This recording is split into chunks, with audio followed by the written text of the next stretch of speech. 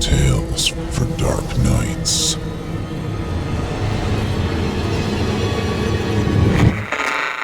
Want to make sure you never miss a Chilling Tales for Dark Nights video again?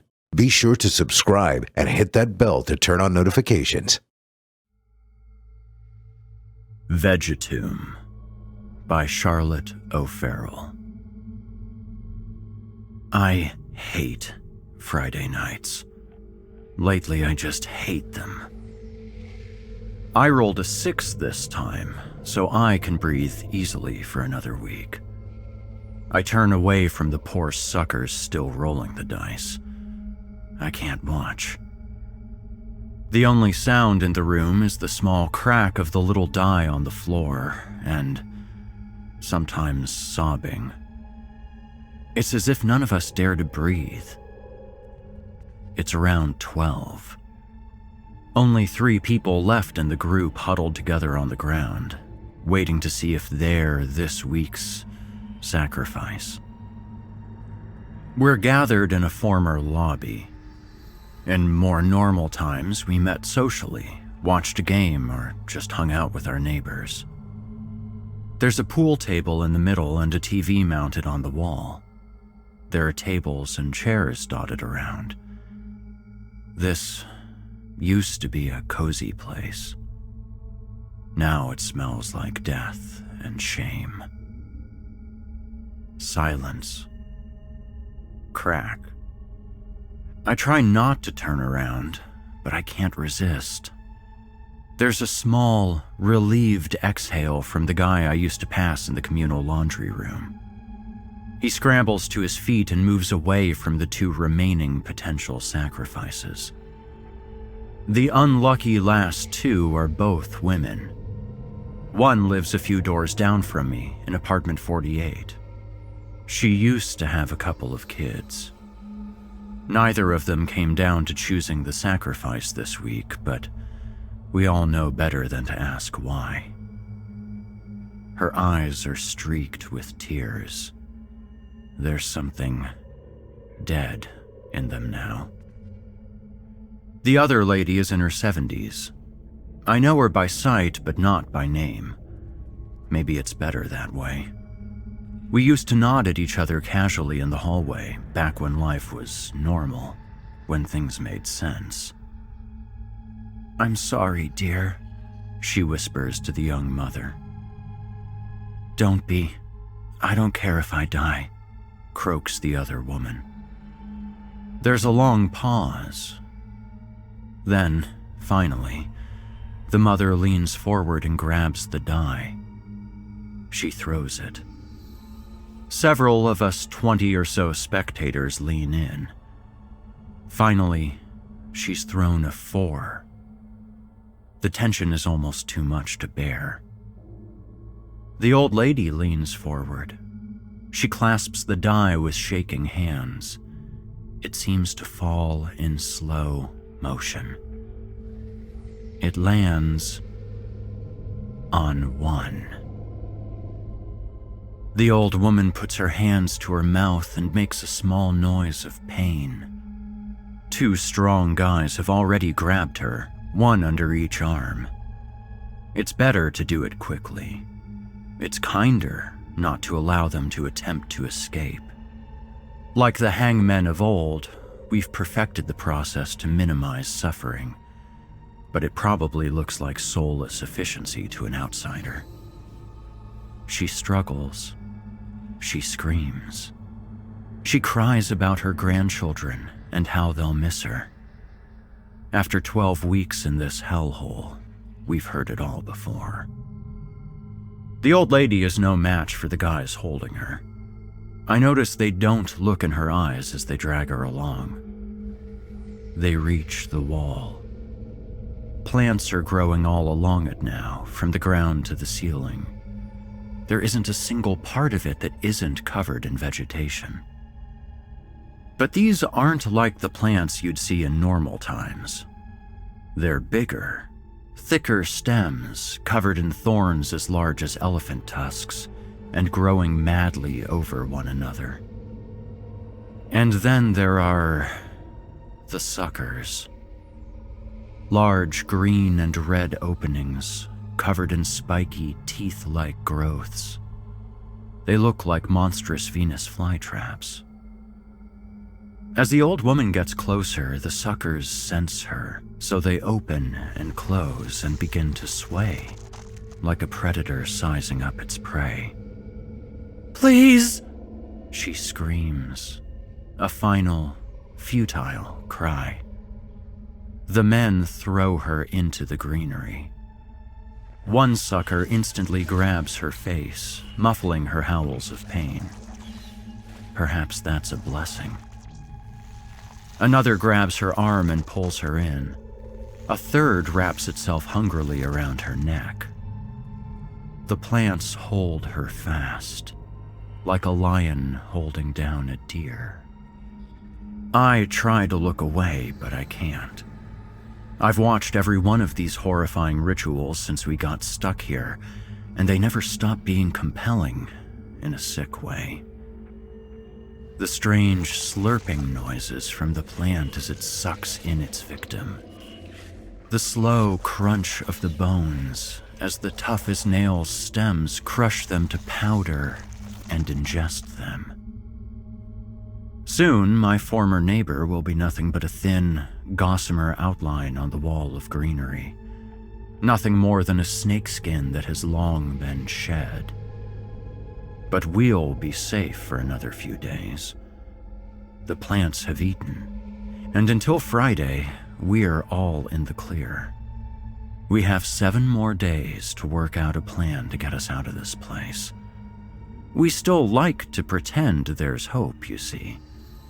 None of us like to admit that the longer this goes on, the less likely we are to be rescued. And the plants don't have any intention of letting us leave. They cover every surface on the outside of the building and have been encroaching inside for weeks now. 3 months ago, this would have all seemed like a crazy fever dream. These apartments were never anything special. I moved here 3 years ago when I was 28, having broken up with my long-term girlfriend. It was supposed to be a temporary thing. Live in the city for a while, close to work, close to friends. And when I met someone new, hopefully, I'd get a place with them before long. But the next house move, like the new girlfriend, never materialized. There's a mixture of folks here. Some are lifers, like the woman I just saw devoured by the killer plants. Others are fresh from a breakup or divorce. A few have just graduated from the university, got some soul-sucking entry-level job in the city center, and want somewhere convenient to crash for a few months. There are even a few families, or there were before the plants came. They seem to like kids most of all. Perhaps they're more manageable to digest. At first, none of us minded the weird shoots growing up the side of the building. It gave the old gray shithole some character. So we didn't give it a second thought until the end of the 3rd day when we woke up to the things covering a whole wall. Our little apartment block became a mini tourist attraction that day. I can still see the people outside, smartphones held up, snapping photos. It was fun at first, but they soon got on my nerves with the constant noise. Finally, we made the evening news. I went to bed early that night, having drunk a little too much. It had been a hard week, you know, so I just wanted to rest. Anyway, I didn't get much of a break. I was woken up to the sound of my neighbors shouting at each other. Now, that wasn't exactly unheard of in these apartments, but this argument made me sit up in bed. The voices didn't sound angry or drunk. They sounded scared, and they were coming from all sides. At first, I thought it was still dark, but it didn't take long until I realized the truth. Plants blocked out all the windows. Thick, Thorny greenery covered every inch. Rubbing my eyes, I stumbled into the corridor. Someone had put the light on, so at least we could see. But instead, everyone looked equal parts pissed off and terrified. My neighbor, Sally, ran up to me. "Carl!" she shouted, holding up her phone. "I can't even get any signal. What the fuck's going on?" She was always dramatic, always shouting about something. Since we had that one-night stand a year ago, she'd been angry at me more than once or twice. But this time, it was justified. Arguing among ourselves about what must have happened, or if this was just some big dumb prank, a pretty high-budget one if it was, I remember thinking, we walked up a couple of stories and banged on every door. Soon there was a gang of us, about 20 people who lived in these apartments, going from room to room. And there was not a single ray of light anywhere. Nobody had any internet access or phone signal. So we were completely cut off, sealed off in a tomb of vegetation. There was an army veteran who lived above me. I only knew him to say hello to. I didn't even know his name. When I saw him, he usually had sunken eyes and the look of a guy who hadn't slept for a while. I'd wondered if he had some drug issues. But on that morning, he looked more alive than I'd ever seen him. He had a job to do at last. A mission. "Wait here," he barked when we got to his door. He disappeared inside for a few moments, then came back with a full-blown machete. I didn't like to dwell on why he had it in the first place. "Let's go to the ground floor," he said. We all followed. What else was there to try? You don't get rehearsals for stuff like this, you know. So we felt like we'd been dropped into some surreal play without a script to guide us. We stopped off at a few more of the apartments and picked up weapons to hack at plant material on the way down. Nobody had anything quite as cool as Army Guy's machete, of course, but we thought it was better to have a few kitchen knives than nothing at all. We reached the lobby area, a band of confused and still slightly sleepy apartment dwellers. I had a Swiss Army knife I'd had since I was a teenager. Most of the tools in it are still unused, but the main blade was blunt from my brief time as a hobbyist carpenter when I was 19. I'd made a pretty neat wooden table back then, but damn it, I regretted the damage to my knife now. Still, it could have been worse. Some of the people there had nothing. I saw one guy with a butter knife. The main doors to the lobby were glass, so we could see the weird plants engulfing our building more clearly than ever there. The roots were thick and gnarly. Some of them had evil-looking flowers at the ends, covered with suckers like they were from an octopus. I'm no botanist, but I knew I'd never seen anything like this before, in real life or anywhere else. I exchanged looks with Army Guy. He seemed bewildered. "Has anybody got any signal?" I asked around. Everyone checked their phones. Nothing. Then I had a slightly retro idea, a landline. There was one behind the security desk on the other side of the lobby. I jogged over to it and tried it. Damn.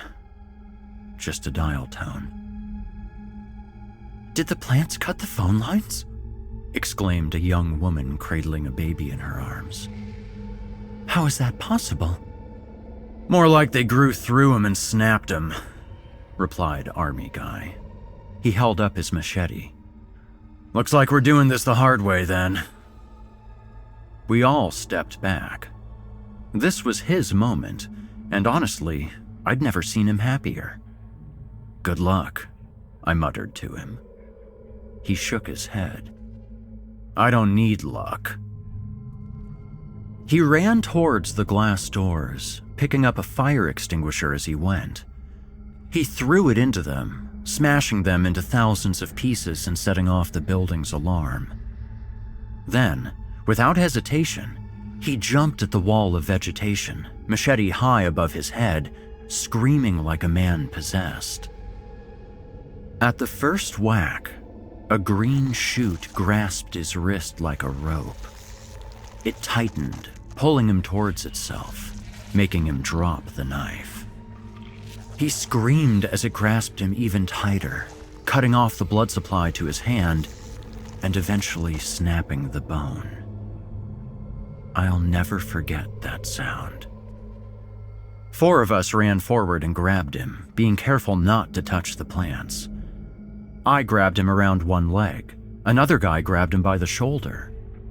We pulled together, but our strength was nothing compared to the force the other way.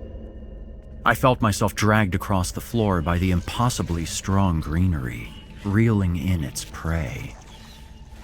The army guy yelled out loud, asking for help from anyone, from God even. It was all in vain.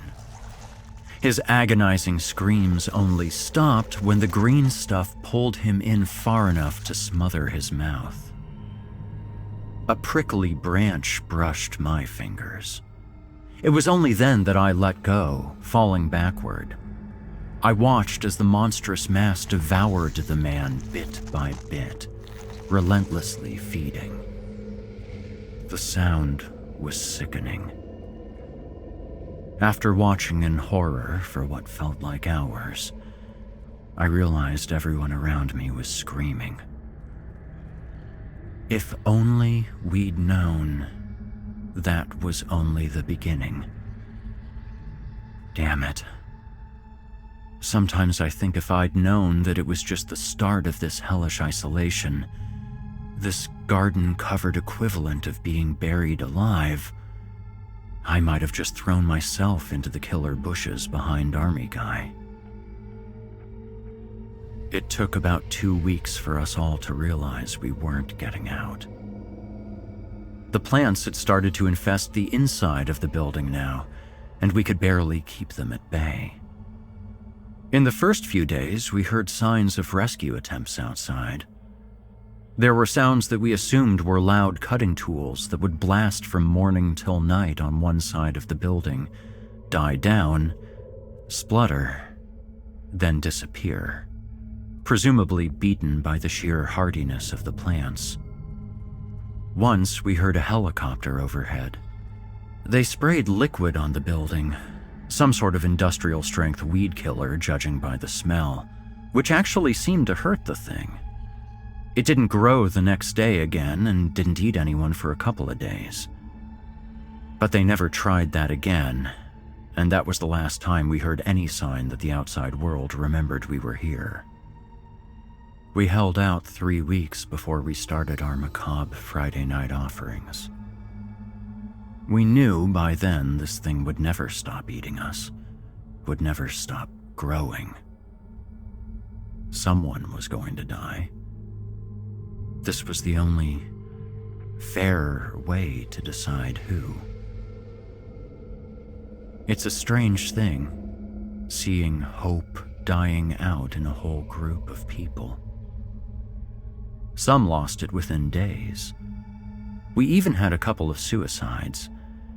They knew they weren't getting out, but they didn't want those damn killer plants to eat their corpses if they could help it. One woman set herself alight. "Good luck eating charred human, overgrown weeds," she'd written in her suicide note. I had to admire such weaponized pettiness. There's always a weirdly subdued atmosphere on Friday nights, post-sacrifice. It's like the opposite to a real Friday night, in the times before we were trapped in this growing, breathing mass grave. I'm sitting in the basement, alone, smoking a cigarette. I didn't smoke before all this started, and I hate to admit, I took it up to deal with the stress. Army Guy had quite a stash in his apartment. Unfortunately, it's running low now. So here's a tip from me. Don't start smoking at a time when you're trapped somewhere with a limited supply. Scratch that. Just don't start smoking at all. It hasn't helped. I want to be alone, but I don't want to go back to my apartment just yet. I don't want to see the visions of the latest dead people's faces rushing through my head, staring at a long, silent TV screen and longing for normality, for life, for space to breathe. We're running out of food, you know. Sally's voice startles me. I spin around to face her. She takes a little look around the dingy basement and turns on a flashlight. We lost electricity about 3 weeks into this nightmare. Seriously? Already? Yeah. She comes and sits beside me. She's a shadow of the person I knew before. Hair messy, eyes always wet with tears. I probably look just as much of a mess. She takes the cigarette off me and takes a drag before passing it back. Did Sally smoke before all this? I don't remember. Carl, there's not even a week's food left. A week is probably pushing it, to be honest. I exhale strongly. I can't think of the words for a few seconds. I don't have the strength to cry or anything like that. I would suggest resorting to cannibalism, I joked weakly. But the plants have a corner on the market. We're their stock. Sally bows her head. If we're going to make one final attempt at escape, she says, tonight is the time. Her words hit me like a ton of bricks. Weird, really. I've been facing almost certain death for weeks now, so you'd think I'd get used to the idea. But it turns out we can never really get used to the thought of our bodies being slowly ingested by monster weeds, by the image of overgrown Venus flytraps sucking out our nutrients from our skins while we're still alive. And we will die. Of that, I have no doubt. If our other million escape attempts didn't work, neither will this one. We've got nothing to lose, right? She says, as if reading my thoughts. So I figure we just burn the fuckers. Burn them down. If we get out, we get out. It's a sign of how hard the last few weeks have hit me that I don't argue. In fact, I feel elated. No more living this strange half-life, locked in, waiting to be some mutant plant's next meal. In half an hour, I'll either be free or dead. We gather everyone together, tell them the plan. Some people cry. Most seem relieved we finally have some end date. As we gather up all the lighters, I swear the plants seem nervous. They're moving differently, like they sense something. Their leaves are bristling as if there's wind outside. Maybe there is. We haven't been able to tell what the weather's doing for weeks. We make our way down to the lobby again, the place where the plants claimed their first victim. Sally takes my hand and, damn it, it feels good. Maybe being close to death makes affection seem even better. Someone hands me a bottle full of alcohol. They've stuffed a bit of wet cloth in the top. I'm not sure they've ever seen a Molotov cocktail except in films before, but I assume it'll work. I take out my lighter. I've had this refillable one for years. I press it between my fingers for a few moments, then light it up. The cloth explodes in flames. Then, just before they touch my fingers, I hurl it right into the middle of that writhing mass of greenery. I swear, the thing screams. Its tendrils flap everywhere, thrown into confusion. We run towards the small opening that's burned into the plants, shouting like a suicidal army. Flaming offshoots fly towards us. One grabs a young man by the neck and drags him into the flames. One whips by our legs, nearly tripping us. I jump it just in time. Sally's hand slips from mine as we near the wall of green. I hold up my arms to shield my face and throw myself into it with all my might. I feel the lick of the flames against my coat. I keep pushing forwards. Hesitation is instant death. Just as I'm sure I'm trapped, I feel the most glorious sensation ever. Fresh air. It's like jumping into a swimming pool on a boiling day, only better. I push again, and the burning plants flail weakly at me as I escape, spluttering. I collapse to the street outside, breathing in great gasps of air. Sally arrives beside me, shaking with horror, and falls face first to the street. 3 other survivors push through behind us. The sounds of the remaining victims being crunched into plant goo fills the air.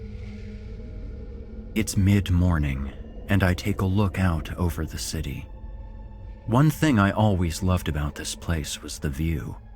I expect to see rescue helicopters, doctors, and the press. Anyone. Instead, I see a city completely overtaken with mutant plant growth. The entire city is trapped under an oppressive blanket of green. There's no sign of any human life anymore. There's silence. I climb shakily to my feet. Sally tried to shout my name through coughs, but it caught in her throat, damaged by all the smoke. I ignore her, and I step back towards the plants that have eaten most of the people who lived in these apartments. I don't have the energy to fight, and life under this green hellhole doesn't appeal to me. After seeing what we're up against, I no longer have the strength to resist these demonic plants. I reach out my hand. An offshoot strokes it, as if enjoying the taste at last. Plants need to eat.